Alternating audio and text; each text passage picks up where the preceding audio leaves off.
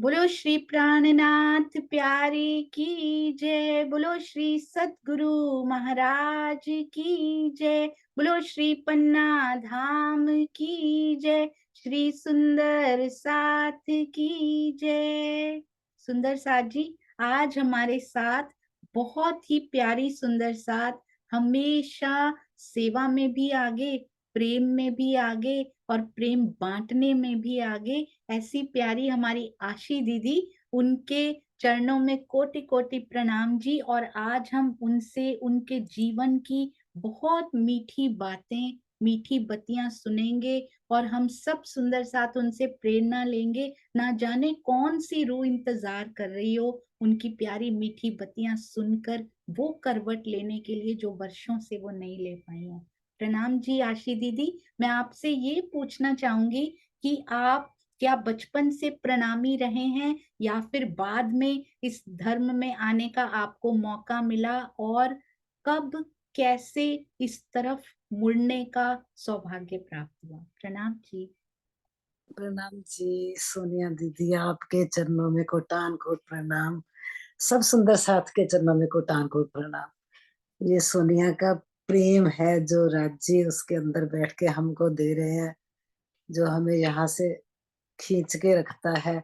और जैसे आप बोल रही थी, मुझे लगा इतना प्रेम दोगी तो हम तो जी नहीं पाएंगे सोनिया, अभी निकल जाएंगे इस तन से। राज्य ले जाए हमें अपने चरणों में। प्रणाम जी सुंदर साथ जी। मुझे आपने पूछा क्या आप बचपन से ही प्रणामी परिवार थे? हाँ। तो मैं बहुत बहुत भाग्यशाली समझती हूँ अपने आप को। हमारा जन्म ऐसे परिवार में हुआ सुंदर साथ जी, जहाँ मेरे नान के दाद के, जिसको हम कहते हैं मेरी माता जी के पेरेंट्स, उनके बहन भाई, और पिताजी के पेरेंट्स, उनके बहन भाई, जिनको हम कहते हैं मासियां, मामे, चाचे, चाचियां, बुआ, एवरी एवरी परिवार जो था प्रणामी परिवार था। तो ये मेरा बहुत बहुत बड़ा सौभाग्य रहा। बचपन से ही हमें उन्होंने आदत डाल दी थी कि मंदिर जाना जरूरी है, तो मंदिर भी जाते थे। और हमारी दादी माँ हमारे पास जब रहती थी तो उन्होंने हमें संध्या आरती तो जुबानी याद कराई दी थी, अपने पास बिठाते थे शाम को। संध्या सुमरन आरती गाँव से शुरू करके तो हमें गवाते थे। तो इस तरह से बचपन बहुत प्यारा बीता। और फिर आपने पूछा कि ऐसा कौन सा क्षण आया जहां से थोड़ा सा रूह को आगे बढ़ने का मौका मिला। तो सुंदर साथ जी, उन दिनों में ये हमारे स्वरूप साहब श्री कुलजम वानी तो घरों में होती नहीं थी। लेकिन मैं बहुत लकी हूँ कि मेरे घर में मेरी माता जी ने वो दो किताबें रखी हुई थी। एक श्री निजानंद चरितामृत, वो पूरा ही जीवन ही है, मतलब हमारी प्रणामी समाज का, जहाँ से शुरू होती है श्री देवचंद्र जी से शुरू कर पूरा। तो एक किताब होती थी किरंतन का घोटा, और एक होता था सिंधी। तो मुझे आज भी याद है, उन किताबों की लाइनें याद हैं कि हम उनको पढ़ा करते थे। मतलब अंदर से विश्वास था। और मेरी दादी एक बात कहा करती थी कि हमारा जो धर्म है ना वो सबसे ऊंचा है, कहीं अपनी सहेलियों के साथ इधर उधर मत चले जाना। तो कभी मैं कहीं गई ही नहीं, कभी कहीं गए भी होंगे तो याद नहीं है। तो राज्य ने मतलब शुरू से ही अपने पास ही बिठाए रखा था। और जब एक परिवर्तन आया, रूह को अपनी पहचान हुई, वो था कि जब रतनपुरी आश्रम का तीसरा भंडारा था। तो मेरी शादी से 1 साल पहले की बात है। I was young enough. तो वहां मैं भंडारे पे गई थी, मेरी बड़ी दीदी मुझे लेके गई थी। तो बस सरकार श्री की पहली बार चर्चा सुनी थी। उसके पहले सरकार श्री के दर्शन तो कर चुके थे, जलंधर में वो पदार्पण कर चुके थे, लेकिन बात नहीं हुई थी, ना ही कोई चर्चा सुनी थी। तो बस उनकी पहली चर्चा सुनी थी, जो तब चौपाई का तो नहीं पता था, लेकिन वो एक अब चौपाई का पता है कि वो कौन सी चौपाई की चर्चा हो रही थी। सुंदर साथ जी, हमें यहाँ के उदाहरण देके बताया जाता है, आगू आशिक ऐसे कहे जो माया थे उत्पन्न, कोट वेर माशुक पर वार डारे अपना तन। तो ऐसी मरम स्पर्शी चर्चा थी। बस मुझे तो लगा मेरे राज्य ने मुझे बुला लिया। बस वो दिन था मेरी जिंदगी में परिवर्तन वाला सुंदर साथ जी। प्रणाम जी। प्रणाम जी। और सरकार श्री से जुड़कर श्री रतनपुरी आश्रम की कुछ यादों को जरूर आपके मुख से सुनना चाहेंगे आशी दीदी। आपके पास बहुत सुनहरे पल हैं, क्योंकि जालंधर में भी सरकार श्री कुलदीप भैया के घर में रुका करते थे और आशी दीदी हमेशा तब भी साथ में हुआ करते थे। तो उन मीठी मीठी यादों को जरूर आपके साथ सहेजना चाहेंगे, आज उन पलों को जीना चाहेंगे। प्रणाम। प्रणाम जी।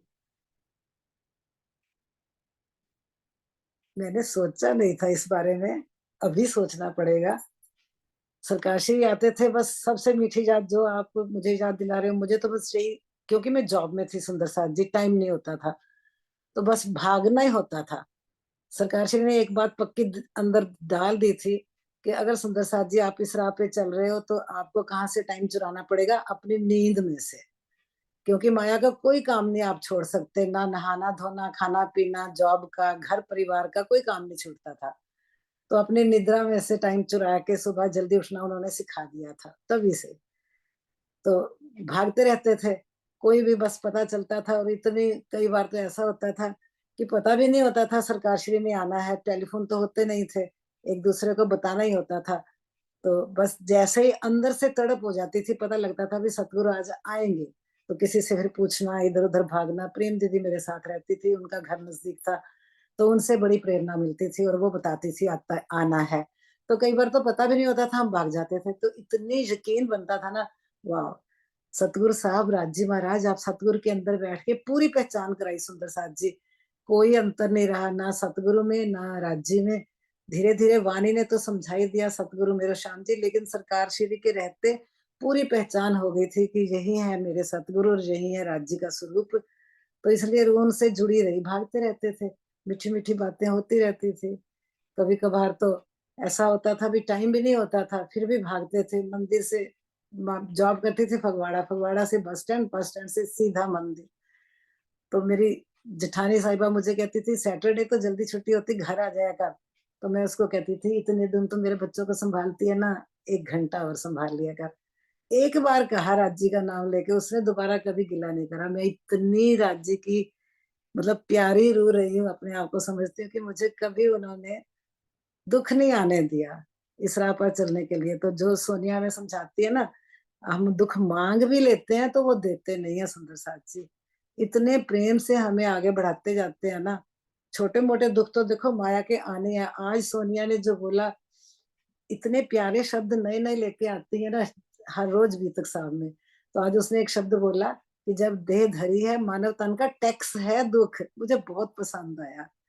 तो ऐसे-ऐसे शब्द तो अंदर घर कर जाते हैं, तो सुंदर साथ जी यही है कि ये तो मानव तन का टैक्स है, तो ये तो हल्का-हल्का चलता रहेगा। तो मैं अपना अनुभव बता रही हूँ कि राज्य दुःख नहीं देते, जब प्रेम में रखते हैं तो प्रेम में ही रखते हैं।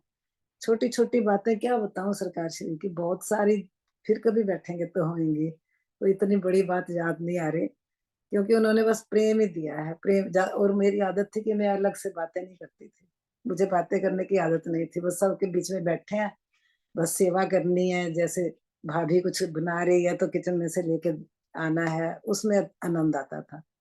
तो इस तरह से बड़ा प्यारा-प्यारा टाइम बिताया उनके साथ, मंदिर में भी, घरों में भी, प्रेम दीदी के घर, सुषमा भाभी के घर, बहुत अच्छा समय बिताया, वही हमारे जीवन का फाउंडेशन है।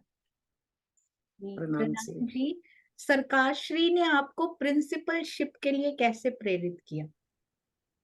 अरे वो तो उनका लाड था, वैसे ही कहते रहते थे।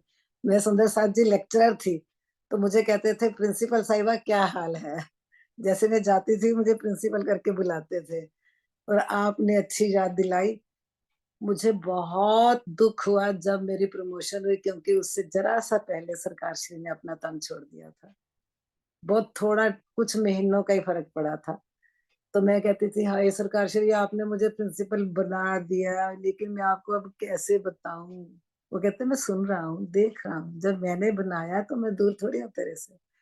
तब मुझे बहुत दुःख हुआ था कि तब दिल करता था कि साक्षात बात की जाए, बस उन्होंने तो अपने लाड में ही बना दिया। मैंने कुछ नहीं सोचा। और जब आपने प्रिंसिपलशिप की बात करी सुंदर साहब जी, एक बात ज़रूर शेयर करना चाहूँगी कि जब मुझे उस चेयर पे बैठ के कोई ऐसा डिसीज़न लेना होता था ना, कोई मुश्किल लगता था। ज़िम्मेवारियों में ये होता ही है। तो मैं कहती थी सरकार आप करोगे, मुझे कुछ नहीं पता। मैं सारा काम छोड़ के फाइल इधर-उधर करके पेन छोड़ के बैठ जाती थी और हाथ जोड़ती थी अंदर ही अंदर। प्रिंसिपल के ऑफिस में तो अकेले बैठना ही होता है ना, तो मैं ऐसे हाथ जोड़ती थी सरकार श्री आप करोगे। मुझे नहीं पता, मुझे बता दो इसमें हाँ करूँ कि ना करूँ, इधर जाऊँ कि उधर जाऊँ। तो सुंदर साथ जी बहुत प्यारी यात्रा रही है प्रिंसिपलशिप की भी। मुझे आपने याद दिलाया, मेरी एक प्यारी-सी सुंदर साथ है, मेरे से काफ़ी उम्र में छोटी, आजकल जयपुर में है, मीनू जयपुर। तो मुझे कहती दीदी, जैसे पता लगा प्रिंसिपल की प्रमोशन हुई है, मुझे कहती है दीदी आपको प्रिंसिपल किसने बनाया? आपको तो रोब डालना नहीं आता, आप स्कूल सँभालोगे कैसे? वो बात आपने अभी-अभी याद दिलाई। तो सच्ची मैंने प्रिंसिपलशिप नहीं करी, मेरे सतगुरु ने ही करी है, मेरे राज जी ने करी है। हर पल अपना हाथ, मेरा हाथ पकड़ा रखा है। मुझे कोई कष्ट नहीं आने दिया। परेशानियाँ तो बहुत आती हैं इस तरह की नौकरियों में, लेकिन कष्ट नहीं आया। एंड इतना अच्छा हुआ, मैं बता नहीं सकती। मेरी रिटायरमेंट पार्टी इतनी प्यारी थी, उसमें भी मैंने सरकार श्री का ही गुण गाए। रह नहीं पाई। एक मेरे संस्कार अच्छे थे मेरे फादर साहब के, बहुत अच्छे संस्कारों में पले हैं हम। उन्होंने हमें गीता के उपदेश सिखाए थे सोनिया। वो कहते थे work is worship and change of work is rest. ये 2 बातें मैंने ज़िंदगी चलाई इन बातों पे। भई जो भी राज्य के हुक्म से हमें इस मानव तन में रहते काम मिले हैं, चाहे घर परिवार के, नौकरी के, बच्चों के, पति के, जो भी, उनको समझो भई करना है। और अब तो राज्य ने वाणी से सब समझा ही दिया है, उसमें सबको नसाजी जी पता ही है ना? तो दूसरा change of work is rest, कभी घबराना नहीं, जितना मर्ज़ी काम मिल जाए करने को। आध्यात्मिक यात्रा तो सभी चलती है, अब प्रफुल्ला बहन हमारे लिए सबसे अच्छी उदाहरण है। तो इस तरह से बहुत अच्छा टाइम बीता, संस्कार अच्छे थे, सतगुरु मिले, कभी कोई दिक्कत नहीं हुई, राजी खुद मिले। प्रणाम जी। प्रणाम जी, बहुत सुंदर। और आशी दीदी, मैं आपसे एक बात पूछना चाहती हूँ कि वाणी से जुड़ने से पहले की स्थिति और वाणी से जुड़ने के बाद की स्थिति में कितना अंतर होता है? ज़मीन आसमान का। सुंदर साथ जी, वाणी से जुड़ने की बात है कि जैसे-जैसे सरकार श्री ने वाणी टीका करा तो हम पढ़ते थे, लेकिन जुड़ना और पढ़ना बहुत फ़र्क होता है। वो तो ऐसा एक नियम बन गया था जैसे आज सब महसूस कर रहे हैं। मालूम ही है कि पढ़ना ही पढ़ना है। जब टीका हुआ तो इतना अच्छा लगने लग गया, पहले भी पढ़ते थे लेकिन एक नियम पढ़ते थे। टीका हुआ तो अच्छा लगने लग गया, अर्थ पढ़ने शुरू कर दिया तो लगता था हाय! कब वाणी पढ़ेंगे, कब अर्थ पढ़ेंगे, पूरा सुर सब कैसे पढ़ेंगे? तो हमने खाली टीका पढ़ना शुरू कर दिया, चौपाइयाँ छोड़ दी, टीका पढ़ने शुरू कर दिए, आनंद आने लगा। लेकिन फिर भी वही यही छ धीरे-धीरे जैसे जुड़ाव होता है और धीरे-धीरे रूह आगे बढ़ती है ना, मेरी यात्रा वो बहुत धीरे बढ़ी है। पहचान राज्य ने एकदम कराई है, लेकिन यात्रा बहुत स्लो चली है। फ़ास्ट तो सुंदर साथ जी अभी हुई है, इसमें 2 राय नहीं है। राज्य ने देखा भी ये तो बस अपना नियम ही करते जा रहे हैं, दिल से दिल तो जुड़ा नहीं, है ना? हाथ से हाथ पकड़ा और खुशियाँ मनाते रहे कि हमारी माया अच्छी बीत रही है, लेकिन दिल से दिल नहीं जुड़ा सुंदर साथ जी, दिल से दिल तो अभी जुड़ा है। जब राजी महाराज ने देखा कि ये तो माया के कामों में ही सब लगे हुए हैं, क्या हुआ घंटा 2 घंटे वाणी पढ़ ली और फिर बैठ गए अपने माया के कामों में। तो राज्य ने दुनिया उथल-पुथल कर दी, ये तो मेरी पक्का अनुभव है। कोविड लाके ऐसी दुनिया उथल-पुथल करी कि हम सबको ज़ूम सेशंस पे आना पड़ा, सबको आना पड़ा। तो सबसे पहले मीनू के सेशन में जुड़ी मैं और फिर धीरे-धीरे किरण दीदी, किरण प्रणामी और किरण बालाजी और आप सोनिया, जब से आपसे जुड़े हैं, अब तो हम 1 मिनट भी इधर-उधर नहीं होते। अब वाणी से जुड़ने का सुंदर साथ जी एक ही लाभ है कि पिया के दिल से जुड़ जाते हैं हम और फिर माया दिखती नहीं है, माया के काम अपने आप होते हैं। ये धनी करते हैं, इसमें 2 राय नहीं है। हम कुछ नहीं करते, कोई रूह कुछ नहीं कर सकती, जीव की औकात ही नहीं है कुछ करे। रूह का हाथ राजी पकड़ लेते हैं और अपने आप अपने दिल से दिल जोड़ लेते हैं। तो बस फिर तो और कुछ है ही नहीं सुंदर सा जी, वाणी से जुड़ने के बाद तो बस राजी, राजी, राजी, राजी और कुछ नहीं है। बाकी तो सब चलता रहता है। प्रणाम जी। प्रणाम जी। मैं आपसे और कुछ पूछना चाहूंगी, क्योंकि हम सब सुंदर साथ के लिए प्रेरणादायक हैं हमारे आशी दीदी। ना केवल उन्होंने वहां प्रिंसिपल की कुर्सी को बहुत अच्छे से सतगुरु की मेहर से निभाया, बल्कि यहाँ भी जूम में भी वो उसको बहुत अच्छे से हम सबको प्रेरणा देते हुए निभा रहे हैं। सुंदर साथ जी बहुत सुंदर साथ को गाइड कर रहे हैं। मैं आपसे ये पूछना चाहूंगी आशी दीदी कि कर्म कांड इज मोर इम्पोर्टेंट या चितवन इज मोर इम्पोर्टेंट? कर्म कांड या डेफिनेट फिर वाणी मंथन और चितवन? आप एक्सप्लेन। डेफिनेटली डेफिनेटली वाणी मंथन और चितवन दोनों सतगुरुओं ने हमें इसी राह पर बढ़ाया है। सुंदर साथ जी सरकार श्री कह गए, लेकिन मैं अपनी बात करूं तो मैंने चितवन कंटिन्यू नहीं करी थी, सच्ची नहीं करी थी। मैं आज बहुत पछताती हूँ कि मैंने अपनी जिंदगी के कितने साल गुजार दिए। सरकार श्री का लाड़ तो लिया, लेकिन वो कह के चितवन जरूरी है तो चितवन नहीं करी। वाणी मंथन करती थी लेकिन चितवन नहीं करती थी। कुछ उसके कई कारण होते हैं, वो शेयर करूंगी तो दोष आएगा मुझ पे भी किसी और पे भी, लेकिन मैं अपने को ही दोष दूंगी। मैं चितवन में बहुत बहुत पीछे रही।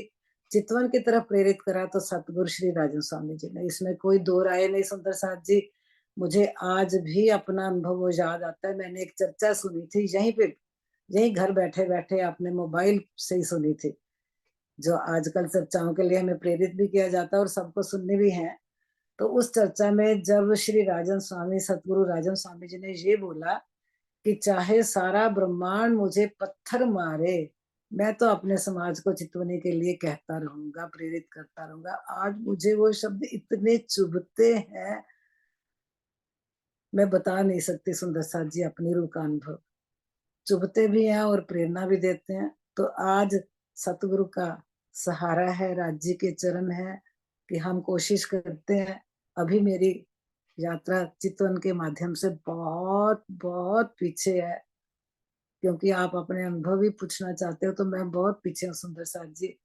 जो चितवन हमें चाहिए वो अभी मेरी नहीं लग रही, लेकिन फिर भी राज्य के मेहर से मैं कर रही हूँ।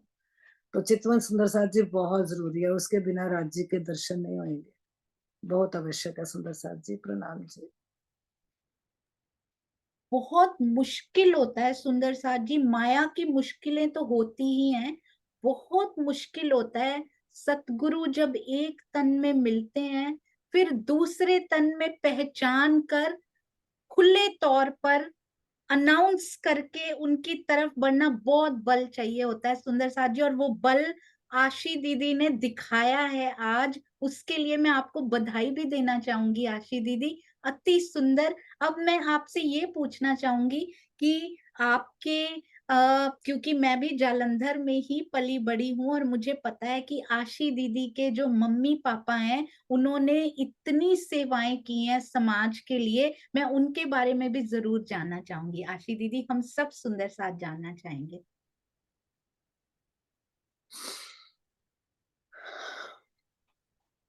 सुंदर साथ जी, मेरे पिताजी फादर मेरे आज मोदी जी जिस लाइन से चलकर आगे बढ़े हैं, उसी लाइन में उन्होंने अपना जीवन बिताया है। आरएसएस से शुरू से जुड़े थे।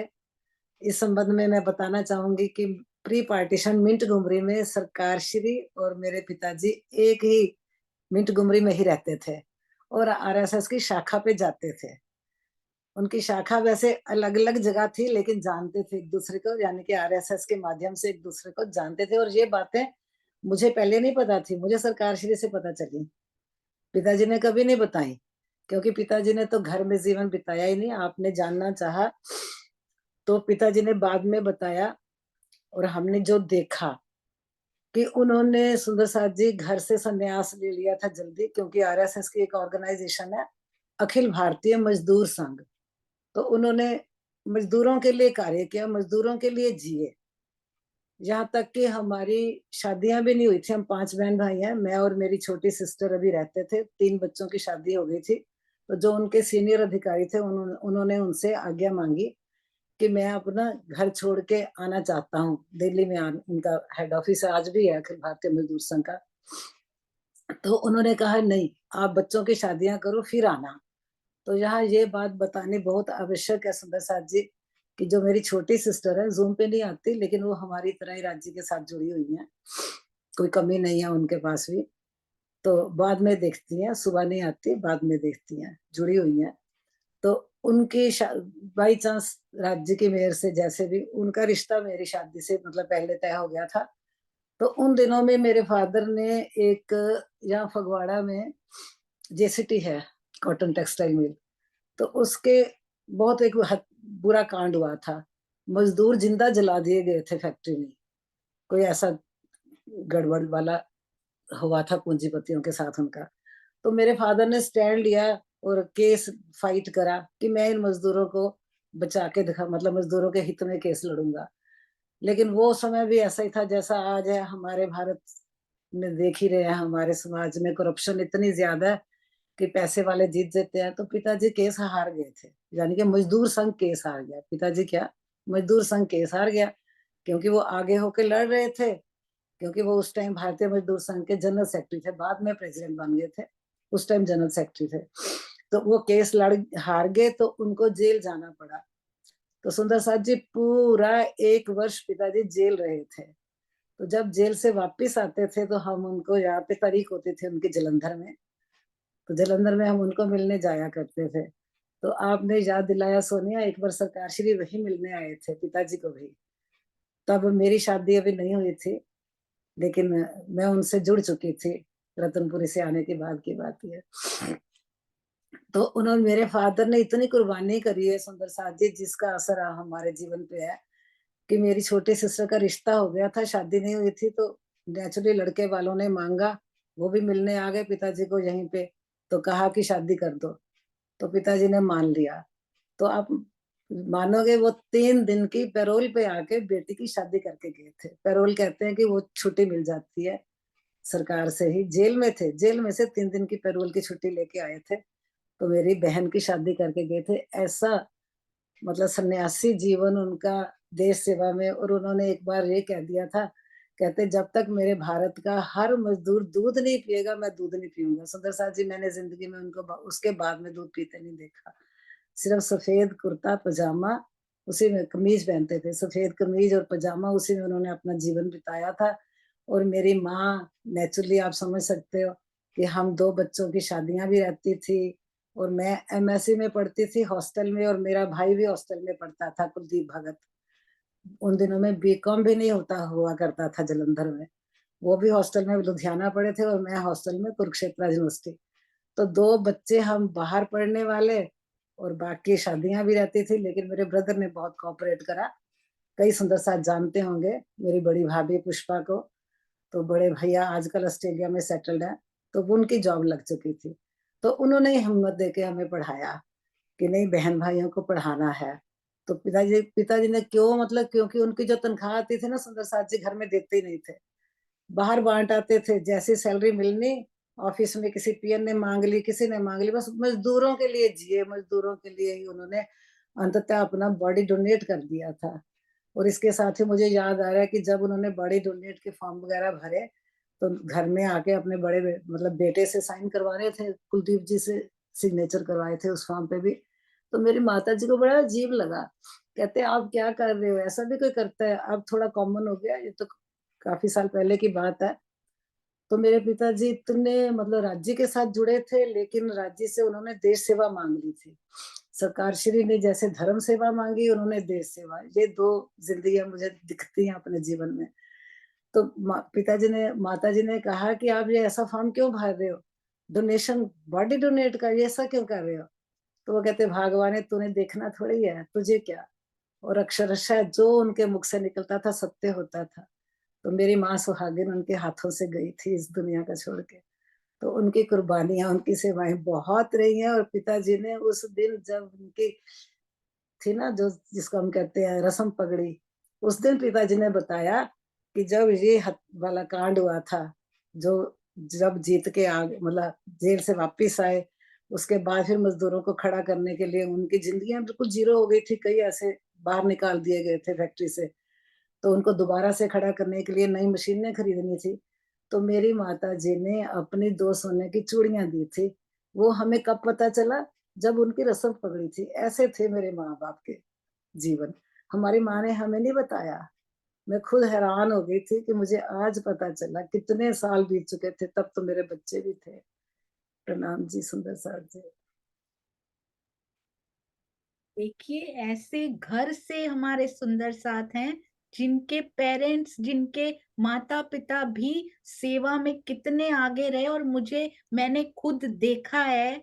आ, आंटी को मैंने खुद उनके दर्शन किए हुए हैं कि सुंदर साथ की सेवा में भी वो कितने आगे रहते थे। हर पल अपने बच्चों को तो उन्होंने पालन पोषण किया ही, पर सरकार श्री से जुड़े हुए और सुंदर साथ की सेवा में जैसे वो आगे रहते थे, और उसके बाद कुलदीप भैया के घर में ही सरकार श्री का आना जाना और पूरे सुंदर साथ जी का आना जाना, और हमें तो पता भी नहीं लगता था। जैसे महावजी भाई के घर का वर्णन हो रहा है ना सुंदर साथ जी, कैसे वहां भोजन पकाया जाता है, पचासों सुंदर साथ आए रहते थे, और वहां पता भी नहीं लगता था कैसे समा गए, और आशी दीदी और सब भाग भाग के वहां सेवा कर रहे होते थे। ऐसे सुंदर सेवा भावी परिवार के चरणों में कोटान कोट प्रणाम जी। और आशी दीदी, मैं आपसे एक और प्रश्न जरूर पूछना चाहूंगी कि हम सुंदर साथ के लिए और सुंदर साथ को आगे लाने के लिए, उनकी जागने के लिए और क्या प्रयास किए जा सकते हैं, और हम सुंदर साथ के लिए क्या संदेश आपके हृदय से राजी देते हैं। प्रणाम जी। प्रणाम जी सोनिया, और प्रयास तो मुझे लगता है राजी जो तेरे अंदर बैठ के करवा रहे हैं उसमें कोई कमी नहीं है।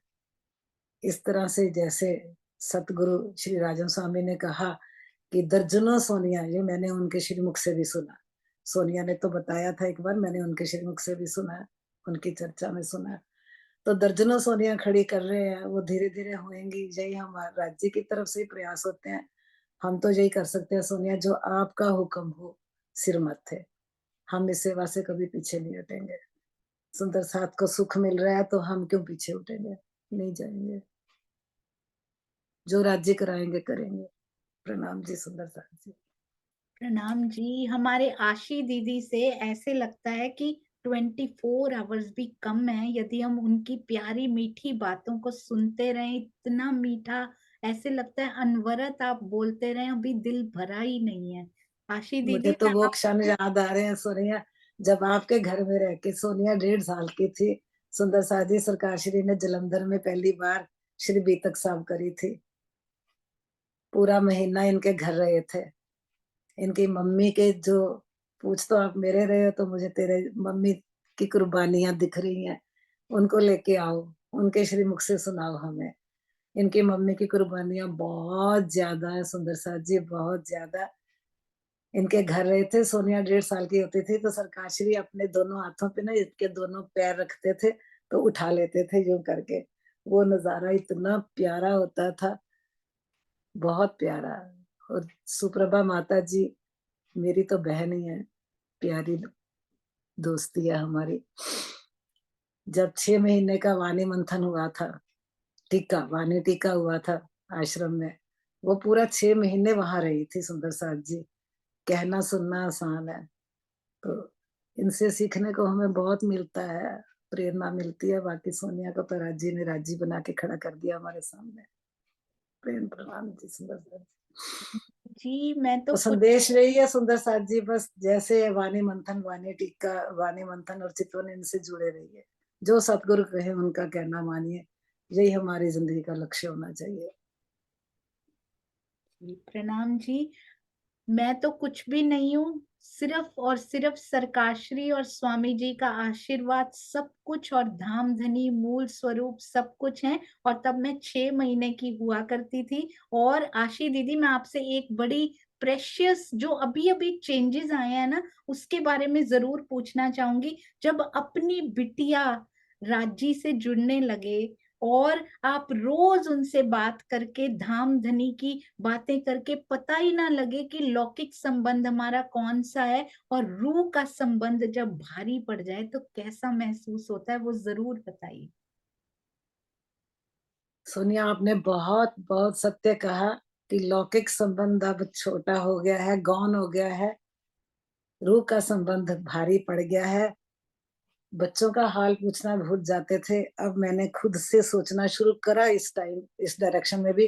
तो अब मैंने धीरे-धीरे पूछना शुरू करा है। जैसे चित्रा जी के बेटे के एग्ज़ाम्स हो रहे थे अभी, कल परसों ही खत्म हुए हैं जो स्कूल वाले। आगे बोर्ड के एग्ज़ाम्स होने हैं अभी आजकल, उसको भी ज़रूरत पड़ती है, तो मैंने अब धीरे-धीरे उसको कहना शुरू करा है, चित्रा बेटे का ध्यान रखा करो। वो रूह का रिश्ता इतना हावी हो जाता है कि मैं उससे बात करती हूँ, 2 टाइम बात करती हूँ, लेकिन हमारी बात ही वाणी चर्चा पे होती है। प्यारे-प्यारे राज्य के अनुभव होते हैं वाणी के हिसाब से, जो भी वाणी मंथन हम करते हैं।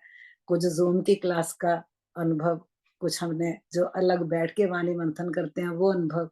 वो इतने प्यारे आपस में बातें होती हैं कि हम भूल ही जाते थे कि एक-दूसरे का हाल भी पूछना। अब भी भूल जाते हैं, लेकिन अब मैंने खुद को बताया है कि उसके बेटे को भी ज़रूरत है उसकी। बेशक राजी सारी ज़रूरतें पूरी करते हैं, लेकिन वो थोड़ा-सा परेशान रहने लग गया था कि मम्मी आप मुझे बिल्कुल ही नहीं देखते, पूरा-पूरा दिन। अभी मैं चित्रा की बात करूँगी तो चित्रा मेरे से गुस्सा कर लेगी। लेकिन कल शाम को बात हुई तो मुझे पता चला कि इसके घर में रसोई में जो-जो ज़रूरी सामान चाहिए था वो नहीं था। तो इसलिए मुझे लगा कि थोड़ा-थोड़ा इसको मैं कभी-कभी कहती रहूँ। तो कभी-कभी अब कहना शुरू करा, कितने महीने, कितने साल बीत गए, याद ही नहीं रहता था एक-दूसरे का घर परिवार का हाल पूछना। ना वो मेरे पति का हाल पूछती, जाने कि अपने पापा का पूछती, ना मैं अपने दामाद का, ना अपने नाती का। अब 2 3 4 दिन से जब से उसके एग्ज़ाम्स हुए हैं तो मैंने शुरू करा है। तो जो आपने पूछा, तो ये सच है कि रूह का रिश्ता इतना प्यारा हावी हो जाता है ना कि माया दिखती नहीं। धनी ऐसे हम सबको कर दे सुंदर साथ जी, हमेशा के लिए कर दे, हमेशा के लिए कर दे, ताकि राज्य ऐसा प्यारा रिश्ता बनाए रखें, हम सबका है। अब तो ज़ूम पे सुंदर साथ जी आप जितने जुड़े हो सबके साथ मेरा वैसा रिश्ता जुड़ता जा रहा है, इसमें कोई दो राय नहीं है। हमारा रूह का रिश्ता मूल मिलावा में बैठे हैं, यहाँ तो तन अलग-अलग लिए है ना। प्रणाम सुंदर साथ जी। प्रणाम जी। इतनी ऑनेस्टी सुंदर साथ जी, इतनी ईमानदारी, जैसे कि उन्होंने अभी बताया उनके पिताजी किस प्रकार मजदूरों के लिए खड़े रहे, कितनी ईमानदारी उनके अंदर हुआ करती होगी। आशी दीदी में पूरी की पूरी ऐसे लगता है प्रवाहित हुई है। कितनी ईमानदारी से सब कुछ बिल्कुल सत्य सत्य बताते जा रहे हैं। बहुत सुंदर। राजी बहुत रीझ जाते हैं सुंदर साथ जी। और हमारी जागनी यात्रा कैसे उड़ने लगती है ना उसके बाद, ये हम सोच भी नहीं सकते कि सत्यता उनको कितनी अच्छी लगती है और ईमानदारी कितनी प्यारी लगती है। ऐसी प्यारी रूह के चरणों में हम सब की ओर से कोटान कोट प्रणाम जी। इतने सुंदर अनुभव अपने अंदर समाये हुए, और सुंदर साथ जी मुख पे, होठों पे ताले होते हैं, आशिकों के होठों पे ताले होंगे। ये आज आशी दीदी ने हमें बताया है कि उन्होंने अपने मुख से एक अनुभव भी अपना निकाला नहीं, जो अंदर समाया हुआ है ना उनके, वो हम सुंदर साथ जानते हैं।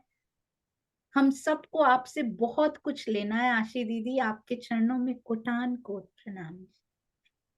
यदि आपको कोई भी ऐसा अनुभव याद आ रहा हो जो आप हम सुंदर साथ से कहना चाहते हो तो जरूर कहिए। नहीं कोई फिर सही, बस प्रणाम। आप आपके भावों ने भाव विवल कर दिया। शुक्रिया राज्य का, अपने आपके साथ जोड़ा, अपने साथ जोड़ा। प्रणाम जी। प्रणाम जी। बोलो श्री प्राणनाथ प्यारे की जय। बोलो श्री सतगुरु महाराज की जय। जय। प्रणाम जी। प्रणाम जी। जो प्रणाम जी। कहते हैं ना सुंदर साथ जी, जो कहते हैं ना कि कोई कठिनाई नहीं आई जीवन में, कठिनाइयां तो जीवन में आई हैं, उन्होंने फील नहीं की, क्योंकि वो खड़ी हुई थी अपने ईमान पे। आती तो सबके जीवन में, हमने आती हुई देखी है उनके जीवन में। मैं उन्हीं के शहर से रही हूँ सुंदर साथ जी। कठिनाइयां बहुत आई हैं उनके जीवन में, पर वो ईमान पे ऐसे अडिग खड़ी रही हैं कि लगा ही नहीं कि मेरे जीवन में कोई दुख आया था। ऐसी प्यारी आशी दीदी, आपके चरणों में कोटि कोटि